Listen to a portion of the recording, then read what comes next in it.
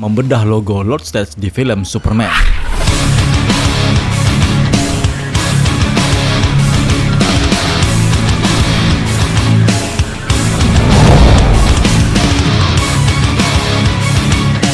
Hai semuanya, apa kabarnya? Seperti yang aku sampaikan pada video foto set hari ke-9 syuting film Superman, logo Lord Stage menuai banyak teori yang berkembang. Dan untuk itulah, video ini akan membedah logo Lord Stage yang ada di kostum ketiga pahlawan, Hawkgirl, Mr. Terrific, dan Green Lantern Guy Gardner. Untuk penjelasan kenapa Guy Gardner tidak ada logo Green Lantern di dadanya akan dijelaskan pada video yang terpisah. Karena pada pembahasan video ini, kita akan berfokus pada logo Lord Stage.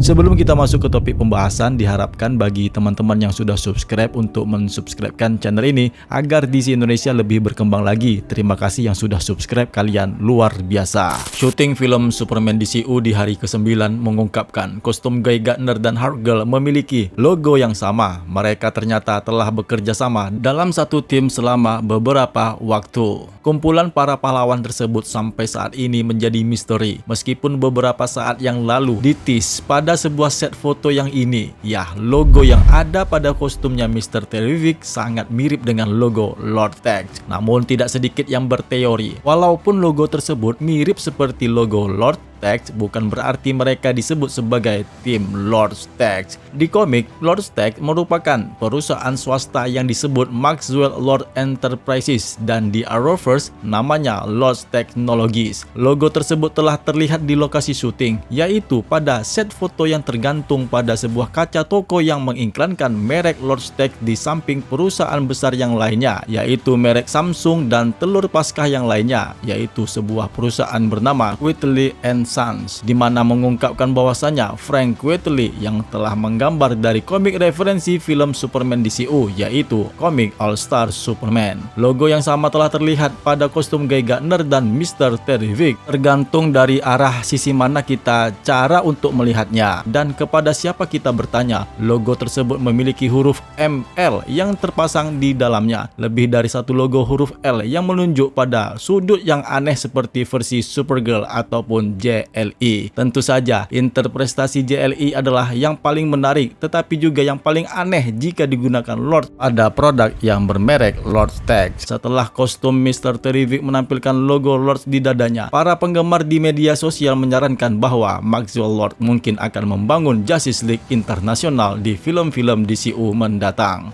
Di komiknya, Justice League Internasional merupakan tim lain dari pahlawan Justice League yang dibentuk untuk mewakili dari masing-masing anggotanya dari seluruh dunia. Mereka berada di bawah kepemimpinan Maxwell Lord yang memperoleh dukungan Perserikatan Bangsa-Bangsa dan memungkinkan mereka untuk memperoleh sumber daya yang lebih besar sebagai imbalan atas regulasi. Di DCEU, Maxwell Lord muncul sebagai antagonis utama dalam film Wonder Woman 1984 yang diperankan oleh Pedro Pascal, dan salah satu antagonis utama dalam season pertama serial CW Arrowverse, ya, Supergirl yang diperankan oleh Peter Facinelli. Kali ini Maxwell Lord akan muncul di DC Universe yang dimulai dengan serial animasi Creator Commandos dan film Superman. Di alam semesta baru, dia akan diperankan oleh Sean Gunn yang pernah memerankan Kraglin dalam film Guardians of the Galaxy dengan sutradara oleh saudara kandungnya sendiri, James Gunn. Meskipun cerita komik dan serial ataupun film yang lebih baru telah mengubah sosok Maxwell menjadi sosok penjahat, tapi perlu diingat, semuanya tidak selalu sesederhana itu. Ya, karena dalam kemunculannya yang paling awal di komik DC, Maxwell Lord adalah seorang industrialis kaya yang ingin membuat tim pahlawan super untuk kebaikan publik dan kedamaian dunia dengan menggunakan nama Justice League. Karena memiliki niat baik yang melekat padanya tetapi telah ditinggalkan, Maxwell Lord menyusun tim yang sebagian besar terdiri dari pahlawan super yang lainnya. Dan setelah itu dia pun kemudian mengganti nama Justice League menjadi Justice League Internasional dengan mendatangkan pahlawan dari seluruh dunia seperti Rocket Red dari Uni Soviet dan supermodel ataupun pahlawan super Brazil Fire. Selama waktunya bersama Justice League, Lord sempat dirasuki oleh penjahat super Kilgore yang membuatnya menjadi jahat, tetapi menghabiskan sebagian besar waktunya bersama kelompok itu sebagai seorang oportunis yang tidak bermoral. Sepanjang perjalanan, dia merekrut Buster Gold dan Blue Beetle, dua komedi paling terkenal di tim itu. Salah satunya adalah Buster Gold yang hampir sama dengan Maxwell Lord. Namun, ya tidak sampai lebih dari 15 tahun setelah penampilan pertamanya di komik, dia pun kemudian berubah menjadi sosok penjahat super yang licik. Hal ini sepadan dengan konsep yang ditawarkan James Gunn dalam film Superman DCU. Logo Lord Tech mirip dengan kombinasi huruf JLI yang jika dicocok logikan. Namun James Gunn yakin dia mengambil referensi komik dirombaknya dengan ramuan sajian cerita narasi skrip yang disusunnya. Dalam artian bisa jadi Justice League International merupakan nama tim dari Lord Tech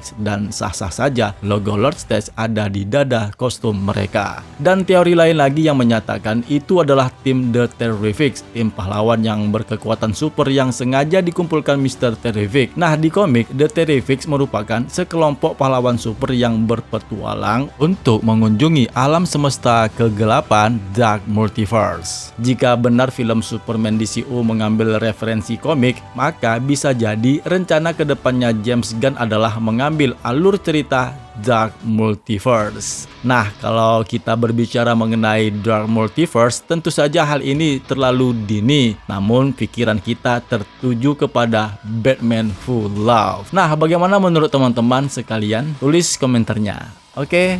Alright. Oh iya nih, terlebih lagi James Gunn menambahkan karakter Metamorpho ke dalam film Superman DCU, di mana Metamorpho di komiknya merupakan anggota dari The Terrifics. The Terrifics pertama kali dibentuk Mr. Terrific untuk menemukan rencana Simon Stagg untuk membuka portal ke Dark Multiverse dengan memaksa Metamorpho untuk merubah menjadi Newt Metal. Simon Stagg juga ditis nih di dalam foto set Superman yang merupakan seorang pengusaha miliarder dari Stagg Enterprises yang merupakan perusahaan swasta firma penelitian dan pengembangan Amerika Serikat. Tim Terrific juga membawa Plastic Man yang sepertinya James Gunn pernah menggoda karakter itu untuk masuk ke DCU-nya. Hal ini menyinggung karakter Plastic Man yang kebal terhadap Dark Multiverse. Mereka berdua mencoba memaksa Stagg untuk menutup portal, namun sayangnya mereka malah masuk ke dalam alam semesta kegelapan Dark Multiverse. Jadi nih sekarang analogi para penggemar pun sudah berkembang dengan alur cerita konsep yang disajikan James Gunn untuk DC Universe 10 tahun mendatang. Apakah